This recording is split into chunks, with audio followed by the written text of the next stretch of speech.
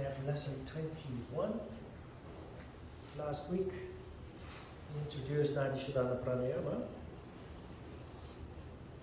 which was described in the Hatha Yoga Pradipika, chapter 1, sutra 1 to 10, and we will continue reading from sutra 11 forward. Sutra 11. One should practice well kumbhakas 4 times a day, in the early morning, midday, evening, and midnight. Gradually, highlight the word gradually, till they number 80. First the number 80. Till they number 80. That is the ultimate count in pranayama. We are now at a count of 12, 48, 24, 48. The ratio is always the same. This is according to a ratio of 1, 4, 2, 4. The ultimate count is described here in a very cryptical way until they count to 80.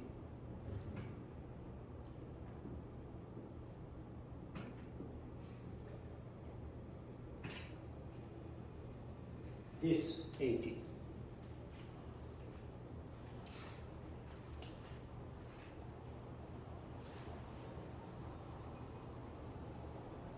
Kumbhakas, as it is called in the first sentence of the sutra, refers to the pranayama exercises.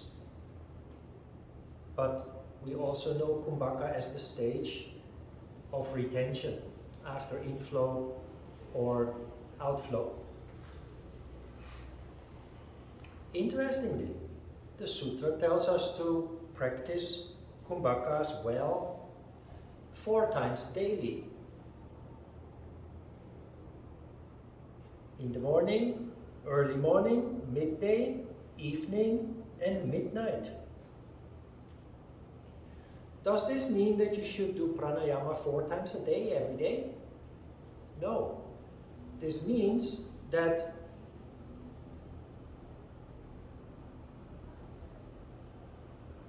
the purpose of doing pranayama at different times of the day is essential. The purpose of it is to become familiar with not only energy in general, but especially your own condition. Because energy is fluctuating throughout the day, constantly. And our condition fluctuates accordingly with the fluctuation of energy. The fluctuation of energy is natural, like the waxing and waning of the moon, like the sun rising and going down, like day turning into night and night turning into day. This is all accompanied by a change in energy. Not only in nature, we are part of that process. Why is this important? Because with each pranayama exercise, you take control of your energy household. You take control of your condition. You can, by choice, change your condition. But since condition is changing according to the time of the day, the effect of the pranayama will change accordingly. Nadis pranayama and its effect will feel differently when you do it in the morning as compared to when you do it in the evening. The fastest and most efficient way to not just understand theoretically what pranayama is, what energy is, but to actually become familiar with energy, familiar with your condition and the fluctuation of your condition, is by doing the pranayama exercises on different parts of the day, if you can, of course. Not everybody has the luxury of being able to practice yoga all day or at any time of the day. But at least you can try it out. If in the daytime you're busy, you can try it out before getting busy, before work or before school. You can try it out in the evening, before going to sleep, or after having been busy all day. So it's not that you should practice 4 times a day daily, but to allow you, to help you become more familiar with the exercise and, more importantly, the effect that they have on you, on your condition. It is good to experience it at different times of the day, simply because their effect is different at different times of the day.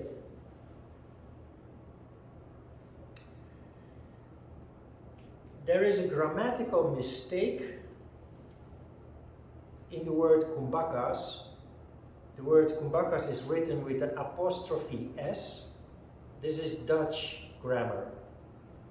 The text has been translated from Dutch to English by a Dutch person, but he adopted a Dutch grammar rule that in Dutch means plural. Kumbhakas with apostrophe S in Dutch is plural, but in English it's possessive.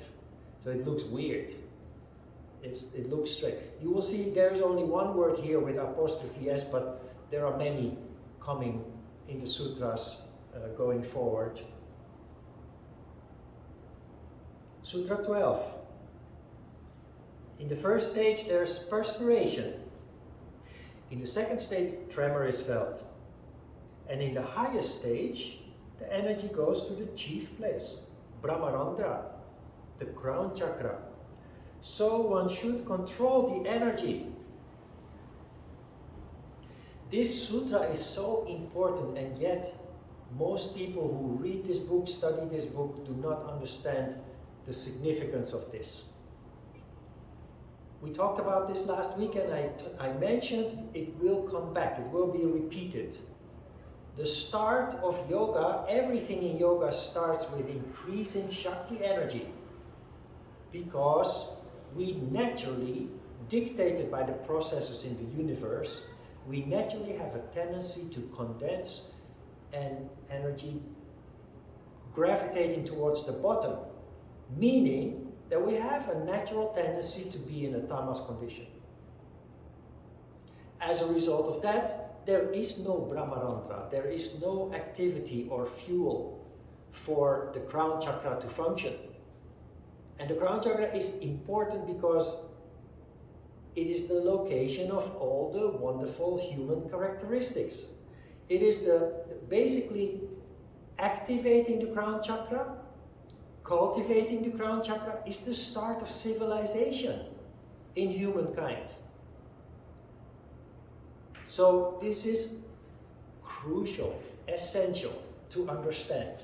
Also, the pattern that you see in the first pranayama that you learned is you first increase Shakti, and you even compound the effect, increase the effect by not only increasing Shakti but reducing Shiva, leading to a more Rajas condition. But then you have a cycle where you do the opposite. You take in Shiva and you let out Shakti.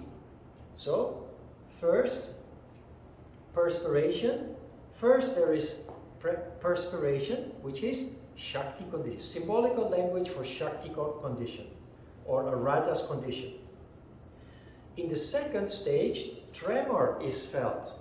Tremor is something that you feel when you're cold, when there is tamas, when you're tired. Symbolical language for tamas. So first you go up, then you come down a little bit, and if you do that in a controlled way, the emphasis on the word control, the last sentence emphasizes, so one should control the energy. If you come down After increasing Shakti and then coming down with a measured amount of Shiva, you end up in balance, Sattva, which is the cause of energy rising up, fueling what is here called the chief place. The chief place, or Brahmarandra. Brahmarandra means the cave or the cavity of God, which is the Crown Chakra. Those characteristics located in the Crown Chakra are so wonderful, so marvelous, so life-changing, that ancient people considered it to be divine. It explains why ancient people considered many things divine. It's not that there is some God up there, but divinity or likening something, associating something with God or something divine is always an indication that you're looking at something special or crucial or essential. That is why rivers are always divine. Rivers are from divine source. Why? Because they give life. Without water, there's no life on earth. Now we have water pipes under the road, but just a couple of 100 years ago, when we did not have the luxury of water pipes, all settlements in the world were located around rivers and lakes, anywhere where there was water. And because we didn't have transport, it had to be walking distance, so we could get water to grow food, to drink, of course. And when you call something divine from divine source, it also means you can't pollute it. When you pollute it, you commit a sin. Why? Because water is very, very valuable. We live in a time of luxury and comfort. We do not realize anymore how incredibly important water was to ancient people, and still people living in undeveloped parts of the world. I told you also last week that this structure of increasing Shakti and then in a controlled way coming down to find balance, you find back in every aspect of yoga. You find it in asana too, where you physically engage, but while you engage, you don't move. So you generate Shakti with the physical engagement using your muscles, but because you don't move, you control your physical body. Standing still, you allow the energy not to rise too high so that you end up in a rajas condition. So you create rajas in a very measured way. You come down a little bit by standing still, and you have sattva. And you find this structure in pranayama, in the mudras, which are energy seals, like pranayama, but no counting and no kumbhakas. And you find it also in the highest form of meditation, samadhi, which you start with vichara, joy, rajas, then you add ananda, which is bliss, tamas, then you find the middle, and then you start contemplating. The contemplation is not something that you do as an exercise, it is a condition. It's a condition that occurs when you are in sattva. Crucial. Never forget that this is what yoga is about. It's not about muscles, it's not about dieting, it's not about stretching. All these things are benefits or tools, but the core, the essence is really about opening up the crown chakra and awakening those, what we call royal characteristics. Raja yoga is the yoga for rajas, for kings and queens, which need the crown chakra to function, to be just rulers. 13. Rub on the body the perspiration resulting from fatigue. By this, the body derives firmness and lightness.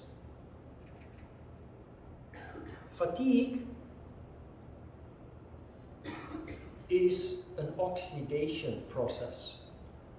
When we're tired, you think you're tamas, if you follow the logic, but when you're tired, you are rajas. It is rajas that makes you tired. If you work hard all day, you're tired, but restless. And it takes several hours before you actually feel that you can rest or sleep. Same when you exercise, when you go to the gym. You're tired. People confuse rajas and tamas and they think, now I'm tamas, but you're rajas. And rajas is heat, is oxidation. That is why the sutra says, what the sutra is telling in modern day language is you need sufficient rest. And that doesn't only apply to yoga, it applies to everything in life. By this, the body derives firmness and lightness. It allows you to be in a top condition, healthy, energetic. If you do not allow yourself to rest, you wear out your body. Oxidation is wearing out your cells.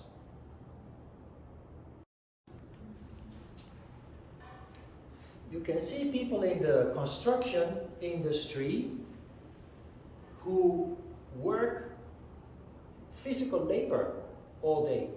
And not only that, they often drink alcohol during their breaks. Already in the morning, you can see that. Those people always look very worn out. They get a double whammy. They work hard, physically they're wearing themselves out, without getting enough rest. But on top of that, they worsen their condition by drinking alcohol, which leads to an oxidation process that makes them look 15, 20 years older than they really are. You look at those people, their overall physical condition, they look very unhealthy and old, worn out. That is this. That is the oxidation process. That is the constant rajas condition they are in without allowing their condition to recover through rest. So the rubbing of the perspiration on the body, that is not literally, that is taking a rest, allowing the energy to settle down and allow nature or Shiva energy to help you recover from your fatigue. So this does not only apply to yoga, it applies to everything in life. Sufficient rest is crucial for health. 14. In the early stages of practice, food mixed with milk and ghee are prescribed. But when practice has advanced, such restrictions need not be observed.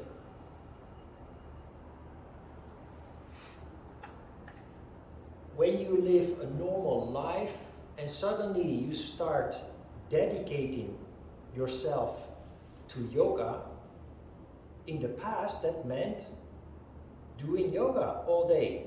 You join a yoga community, you withdraw yourself from normal society, from your family, you join a yoga community and all you do is yoga. Asana, meditating. Of course you have to provide food also. They're often self-sustainable, so they grow their own foods in the garden, etc. So you start practicing yoga, in the beginning can make you very tired. Even though yoga promises you to improve your condition and allow you to be more energetic and feel better, in the beginning, because you are turning everything upside down by starting to do something new, it actually leads to more fatigue, but only in the beginning. So the solution to this is to eat nutrient-rich food. A nutrient-rich food of the past is milk and ghee. Ghee is clarified butter, so it's full of fat, it's full of calories, which you are burning at a high rate when you start doing something new. And again, this does not only apply to yoga, this applies to change in life. Change in life is always demanding and exhausting. And then at some point we settle down in our yoga practice or other changes in life, and then such restrictions need not be observed. Milk and ghee are the power foods of ancient people. They didn't have Red Bull or coffee or protein powders for that matter. Milk and ghee were the power foods of the past. And they were very precious also because very difficult to obtain. It was a luxury to have milk products, to have dairy foods in the past. Now you go to the supermarket, you can get whatever you want. 15. As the lion, elephant, or tiger is tamed gradually, even so should energy be brought under control, else it will kill the practitioner. Again, the word gradually, highlight the word gradually. The lion, the elephant, and tiger are all wild beasts that can kill the human being. But with great care, lots of patience, lots of effort, we can befriend those animals. We can tame those animals. Our energy system in unconditioned state is compared with a wild animal. It needs to be tamed to let it work for us, to allow us to function from the Crown Chakra. But if you are not patient and you use violent methods like Kundalini Yoga sometimes does, hopping on the tailbone to force that energy to rise, it can lead to very serious consequences. The sutra says that it could kill you. I have not heard of instances where energy forcibly awakened leads to death, but I've met people have actually come throughout the years. They have come to us kind of desperate, being messed up because of improper practice, looking for an answer how to first understand what was wrong with them and to find ways to correct that. And with proper yoga practice, you gradually correct what went wrong. But it can lead to serious mental issues like drugs sometimes can do, because drugs is an instant way of changing your consciousness.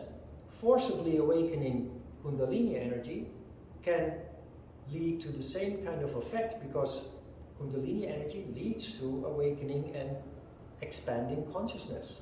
If that happens very gradually, you hardly even notice that it's happening.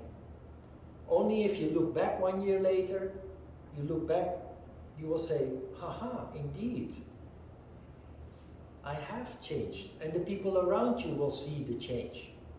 But because it's very gradual, it doesn't mess you up. Because it really can mess people up. So the warning is not to be taken lightly. 16. Through the proper practice of pranayama, along with the right food and proper bandhas, there is freedom from all diseases. By a mistaken course of yoga, however, the practitioner brings all diseases upon themselves.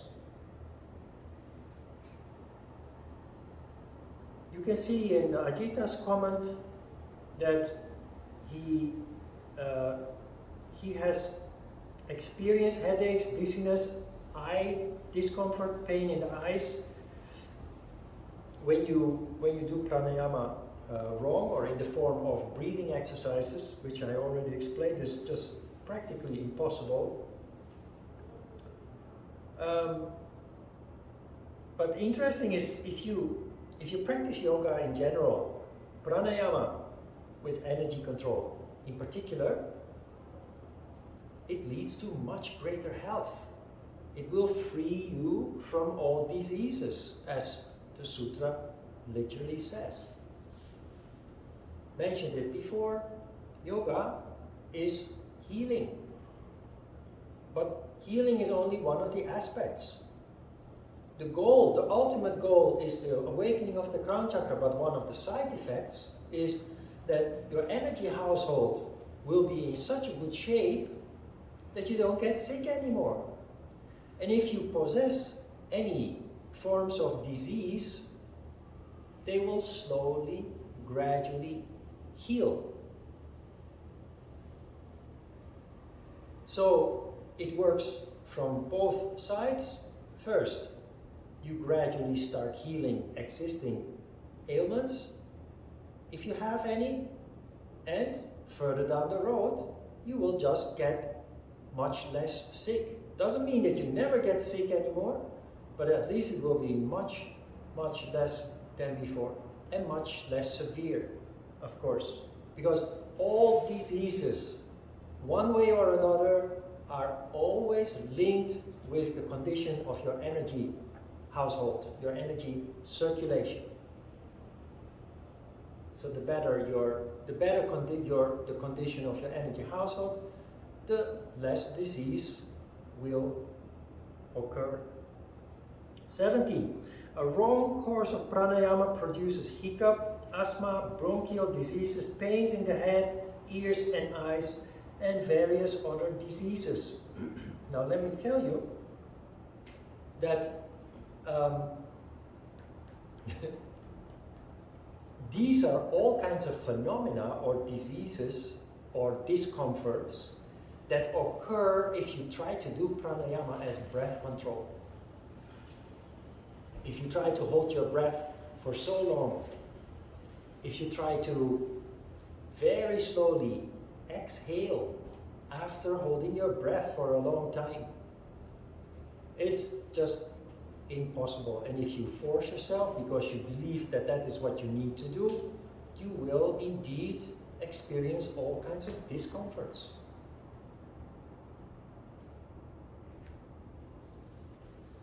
18 is this famous sutra where the word gradually is mentioned 3 times in one sentence.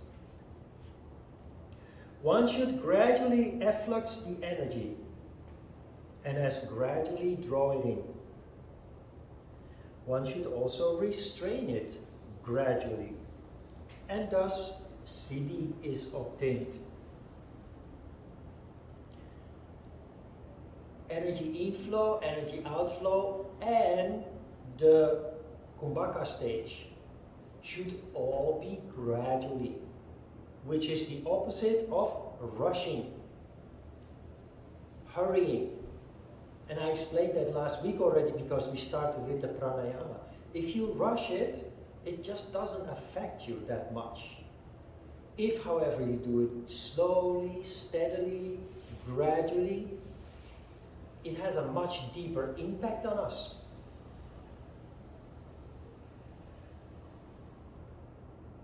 Thus, siddhi is obtained. What is siddhi? Siddhis are supernatural and paranormal abilities. We call them supernatural and paranormal because they are rare. There are not many people who possess siddhis. But they are not paranormal or supernatural. They are very normal and very natural. If there is energy in the crown chakra, everybody who practices yoga correctly develops a sensitivity, a consciousness that leads to the siddhis. Siddhis are simply the result of increased consciousness and sensitivity, awareness. A siddha is a person who possesses the siddhis. Somebody who practices yoga for an extended period of time, gradually developing the siddhis, is then considered to be a siddha. Svatmarama is using different words, different phrases for the same concept. Because what is siddhi referring to? It is again referring to the crown chakra. Because only people who fuel the crown chakra have or possess siddhis. A couple of sutras ago, he referred to it as Pramarandra. And he does the same as he did with explaining pranayama. First he used Ida and Pingala, then he says Shiva and Shakti, and then he says the left channel and the right channel. Then he says the moon and the sun.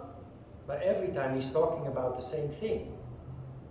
If you're not properly initiated into the secrets of yoga, you have no idea what he's talking about.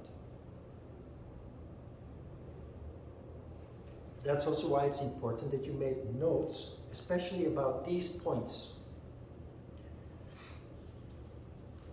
Sutra 19, when the nadis are purified, there are external signs. Leanness and brightness of the body are definitely produced. In short, you become healthier. Physically and mentally, you become healthier. So you start looking better as a result of that too. That is what yoga promises, overall health. And it is so simple that people don't believe it. I've said it before. Yoga as presented here is really not that hard. Maybe the only thing that is hard about it is that if you don't understand it, it might appear boring. And you think it's so simple that can never have such wonderful benefits. So what did we do? We invented all kinds of fake yogas in which we sweat and burn our muscles and force ourselves into perfect postures, and it doesn't work. Of course, as an exercise, always good, but it doesn't work to obtain all these wonderful benefits. Simple. Practice yoga correctly, and before you know it, you already... I felt it the very first time that I practiced yoga. It is the reason why I went to the library, got a book, and started practicing yoga every day from that moment on. I was so impressed by how it affected me. Sutra 20, and the last one for now, for this session. When one is able to restrain the energy as desired, when the gastric fire becomes more active and the nada, inner sound, is heard, there is perfect health because the nadis are purified. The exercise that we learned is Nadi Shodhana, purification of the nadis. So this is a conclusion of Nadi Shodhana Pranayama. When one is able to restrain the energy as desired, that is, control of energy. The gastric fire becomes more active. Remember what the gastric fire was? Those are the three lower chakras that become one big glowing ball of energy, which monks and other spiritual people, and also in martial arts, traditional martial arts like Tai Chi and Hapkido. I have done Hapkido myself. They're always talking about the Danjan. If you have a big ball of glowing energy here, it fuels your whole being. and you just become healthier than people who do not possess that phenomenon. The yoga leads to that phenomenon of the gastric fire becoming more active, as it is called in this sutra. And nada is mentioned here. Did you see that? And the nada, inner sound, is heard. You will see that nada is mentioned several times in this chapter. We will come across that. Chapter 1 and chapter 2 also. Chapter 1 also, this is chapter 2. And yet many yoga practitioners, even those who have studied the Hatha Yoga Pradipika, they have read over this text. And if they have read about nada, they never realize that actually that is the sound that you hear when you're totally in peace, when you're quiet internally. So it's a superficial concept to those.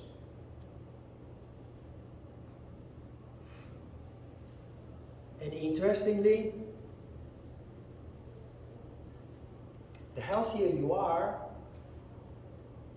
the more energy you possess, the healthier you are, the clearer nada becomes. But there are many people who complain about this buzzing in their ears. And they go to the doctor and they complain, "Doctor, there is this annoying buzzing in my ears all day." In most cases, most, not all, in most cases it's nada. People don't realize they should count their blessings. They are so healthy that nada is there. There are some clinical cases, of course, of people who have something else than nada, and then they call it tinnitus. But many people who are simply just healthy and therefore at certain moments of the day hear nada, they actually wrongly think that they are suffering from tinnitus. Good. Questions?